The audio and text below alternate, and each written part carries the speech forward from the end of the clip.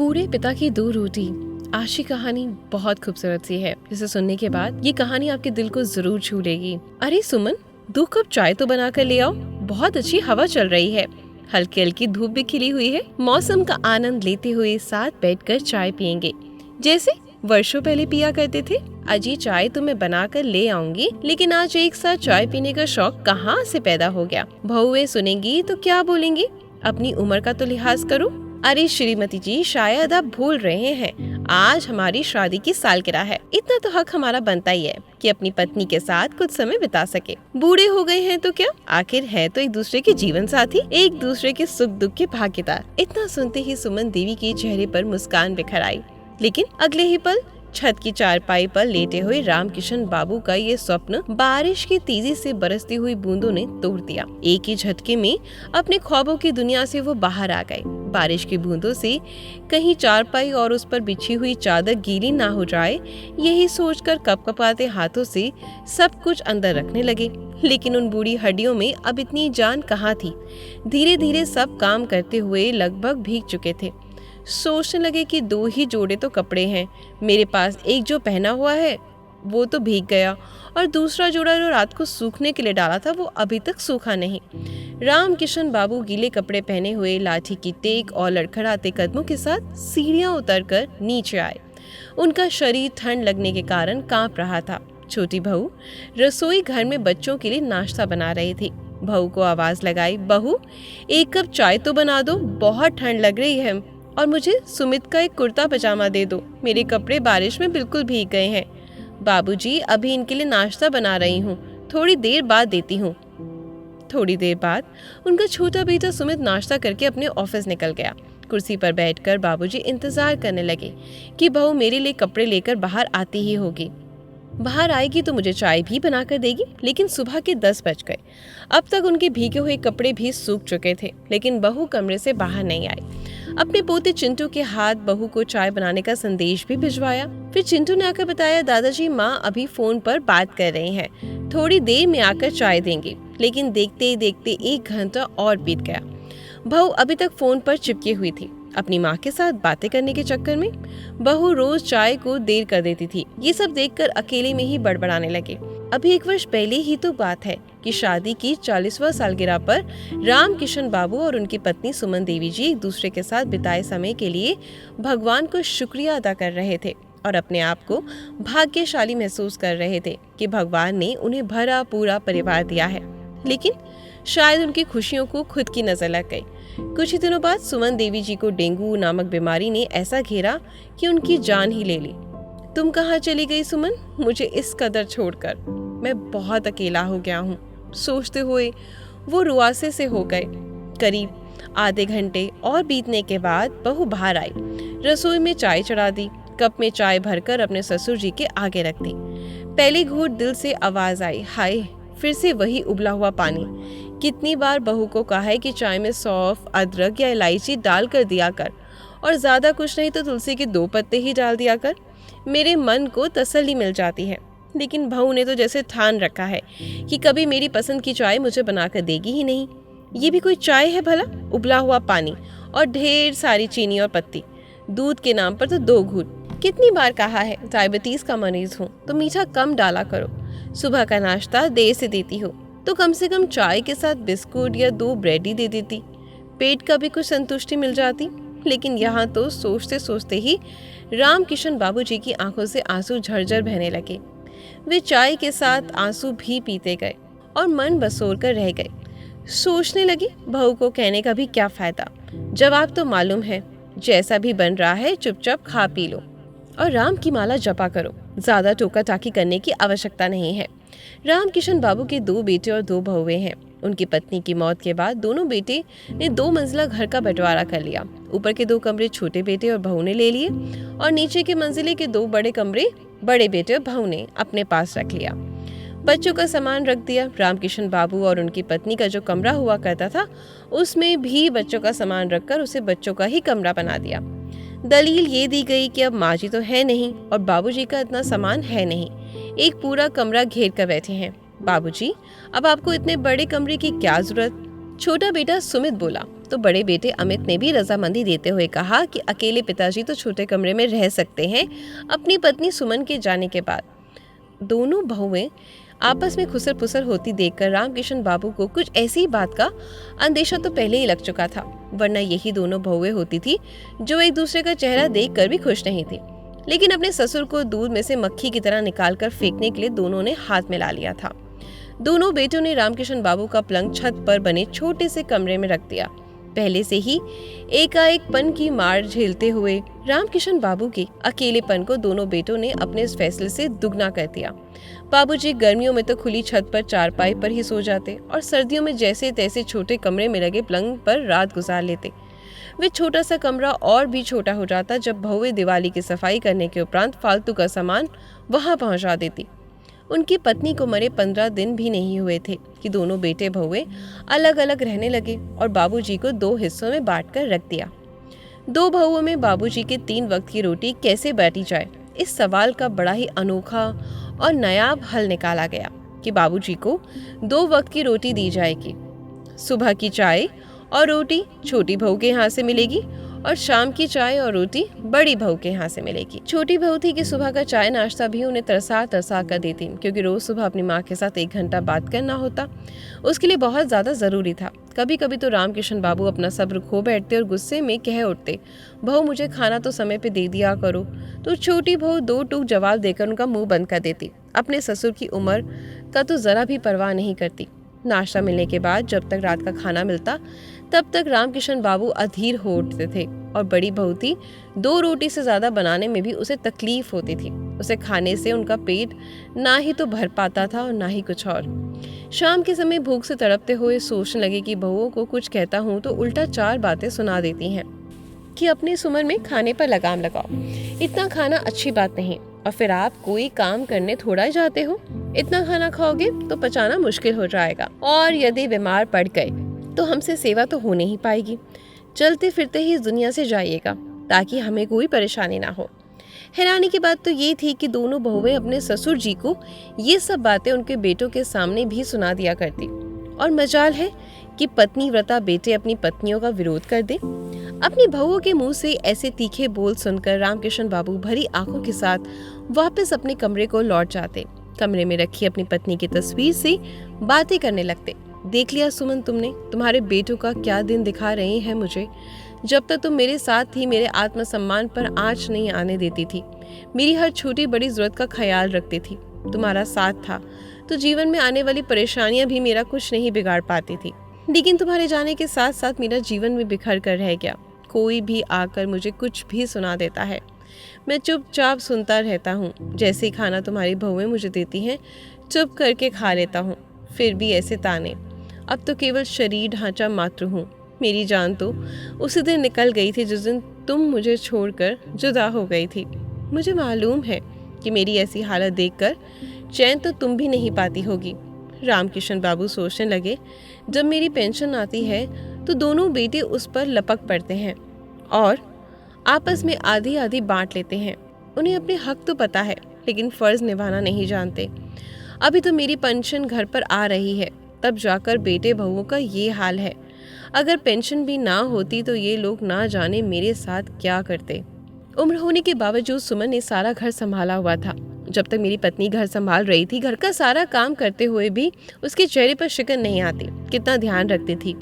तुम दोनों बेटों का, किसी बेटे को एक सब्जी पसंद नहीं तो झट से दूसरी बनाकर हाजिर कर देती, लेकिन खाली पेट सोने नहीं देती। अपने बेटों को शादी से पहले तक बेटे भी बहुत मान सम्मान देते थे। अपने बेटों को श्रवण कुमार की संज्ञा देते हुए फूले नहीं समाता था। हमेशा कहता था, देखना श्रीमती जी, हम दोनों तो अपना बुढ़ापा बहुत सुख से काटेंगे।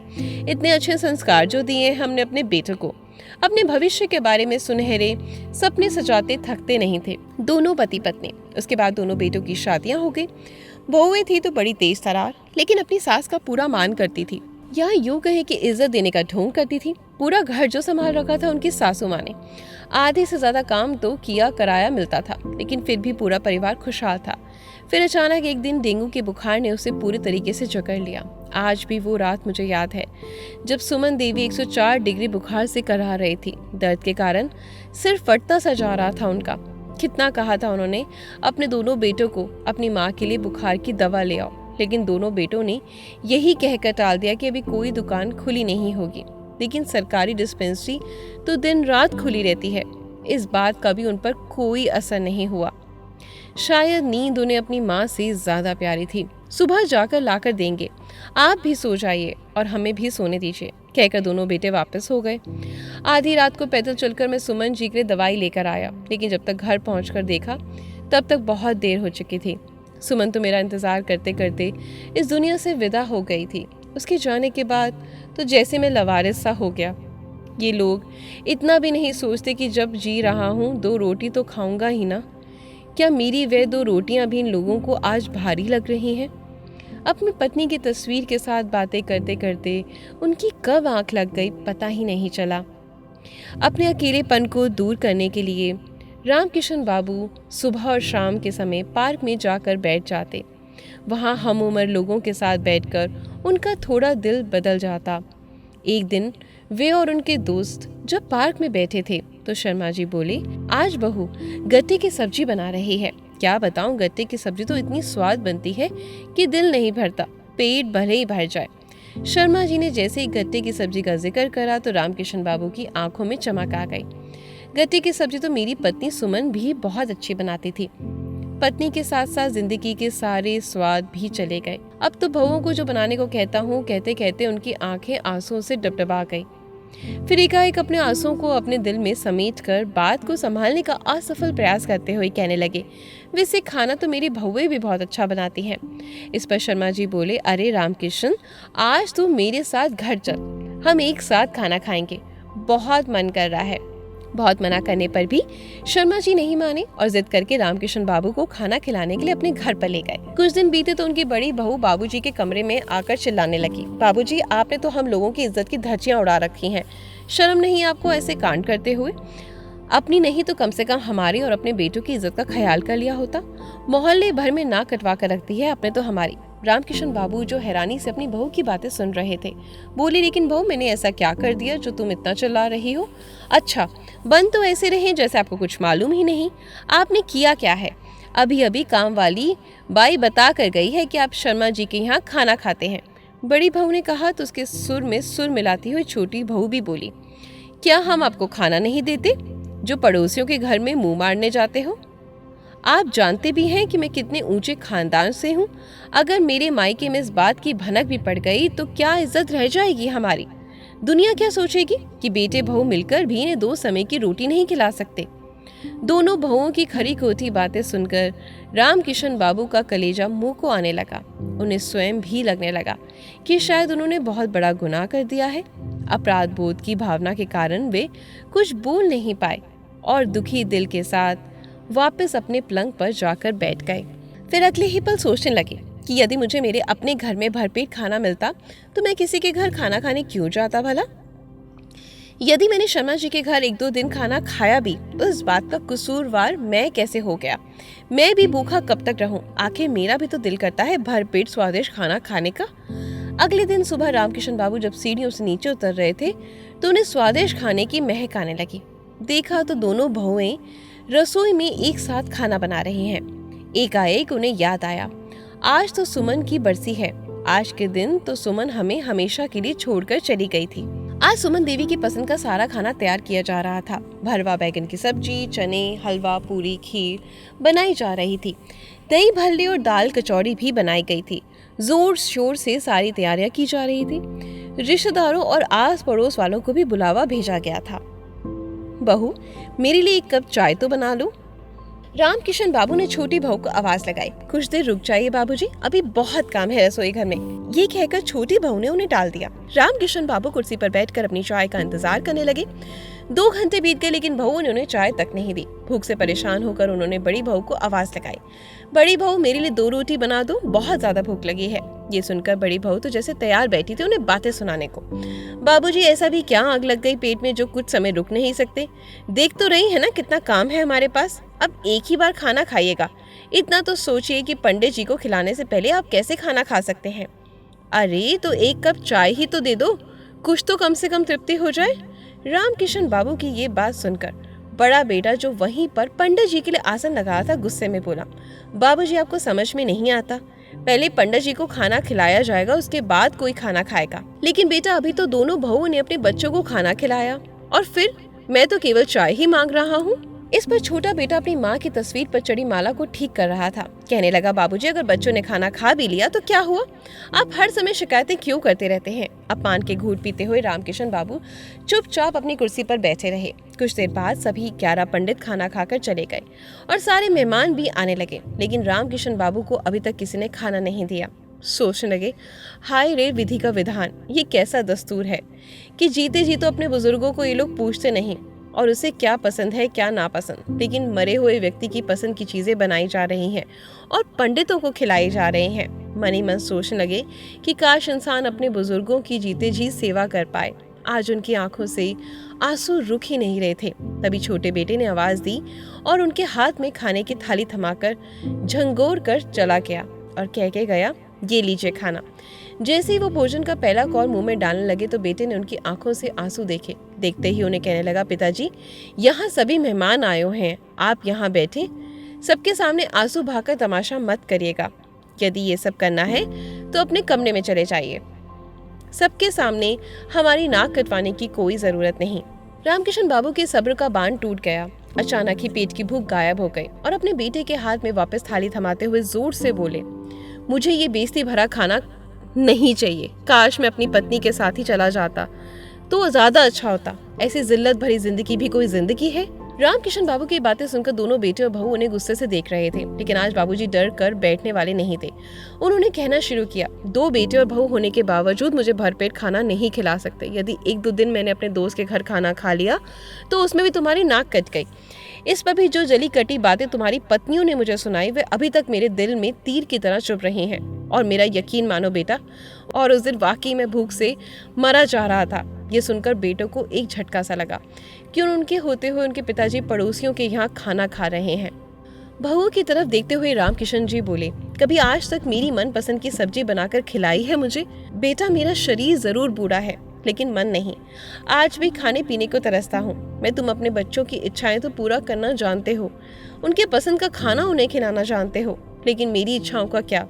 बेस्वाद खाना भी ऐसे पकड़ाते हो जैसे मुझ पर कोई बहुत बड़ा एहसान कर रही हो। सुबह उठकर 10 बार चाय मांगता हूँ, तब जाकर कहीं जाके मुझे चाय मिलती है। मुझे और भी उबले हुए पानी जैसा स्वाद आता है। 3 वक्त की रोटी तो हर एक इंसान की ज़रूरत होती है। तुमने उसे भी 2 वक्त की रोटी में बदल दिया ताकि तुम्हें सहूलियत हो सके। जितना खाना तुम मुझे देती हो उसमें मैं भूखा रह जाऊं तो भी मैं कैसे जीऊंगा? तुम्हारी जानकारी के लिए बता दो बेटा कि मैं अपनी पूरी पेंशन इस घर में देता हूँ। कोई मुफ्त की रोटियां नहीं तोड़ा और इसके बावजूद इतना अपमान, इतनी बेइज्जती। अपनी माँ की बरसी तो तुमने आज खूब बनाई, लेकिन मेरी एक इच्छा है कि अब मैं भी चाहता हूँ इसका मान रखो। मेरे मरने के बाद मेरी बरसी बनाने की या मेरा श्राद्ध करने की कोई ज़रूरत नहीं। इतना कहते ही उनकी आंखों से झरझर आंसू बहने लगे। इसके बाद वो कुछ ना बोल पाए। रामकिशन बाबू के मुंह से ये बातें सुनकर दोनों बेटों और बहुओं की आंखें शर्म से झुक गई। शर्मा जी और रामकिशन बाबू की भावनाओं को अच्छे तरीके से समझते थे। उनके बड़े बेटे के कंधे पर हाथ रखकर बोले, बेटा यही बात तो तुम लोग नहीं समझते। जीते जी माँ बाप को अच्छा खाना खिलाएं। यदि जीवित व्यक्ति को खिलाकर संतुष्ट नहीं किया तो मरने के बाद उनकी बरसी पर उनका मनपसंद खाना ब्राह्मणों को खिलाने का क्या फायदा? इंसान के मरने के बाद पुण्यतिथि पर ब्राह्मणों को खाना खिलाने का महत्व तभी है जब जीते जी अपने बुजुर्गों की आत्मा को खुश रख सको। बेटा 1 हो या 2, आखिर फर्ज तो उनका बनता है कि वे अपने पिता के खाने पीने का पूरा ध्यान रखें। अपने बड़े बुजुर्गों की ये बातें रामकिशन बाबू के दोनों बेटे के दिल को झंझोर रही थी। उनके चेहरे पर शर्मिंदगी के भाव थे और आंखों में पछतावे के आंसू। अपने द्वारा किए गए व्यवहार के बारे में सोच सोचकर वे शर्म से जमीन पर गड़े जा रहे थे। इससे भी ज्यादा ये बात उन्हें खाई जा रही थी कि उनकी लापरवाही के कारण पिताजी को शर्मा जी के घर जाकर भोजन करना पड़ा था। सभी मेहमानों के जाने के बाद दोनों बेटों ने पिताजी के पैरों में गिरकर उनसे माफी मांगी और अपनी अपनी पत्नियों को आदेश दिया कि माँ पिताजी का जो कमरा उन्होंने बच्चों को दे दिया उसे खाली करके उसमें पिताजी का सामान वापस रखा जाए और पिता के खाने का खास ध्यान रखने के लिए हिदायत भी दी। आज रामकिशन बाबू अपने कमरे में डबल बेड पर बैठे हुए टेलीविजन देखने का आनंद उठा रहे थे। और स्वादिष्ट भोजन का लुत्फ उठा रहे थे। आशा करती हूँ आपको मेरी कहानी बेहद पसंद आई होगी और ज़रूर मेरी इस कहानी ने आपके दिल को छू लिया होगा। अगर अभी तक आपने जीवन में कोई गलती करी है, किसी का दिल दुखाया है, तो बस आशा करती हूँ कि आने वाली ज़िंदगी में ये सब मत करिएगा। अगर किसी को सुख नहीं दे सकते तो दुख मत दीजिएगा। अगर आपको अपनी ईशा की कहानियाँ पसंद आती हैं तो वीडियो को लाइक और शेयर ज़रूर करें और मेरा इंतज़ार करें। कल दोबारा मुलाकात होगी सेम समय पर। धन्यवाद।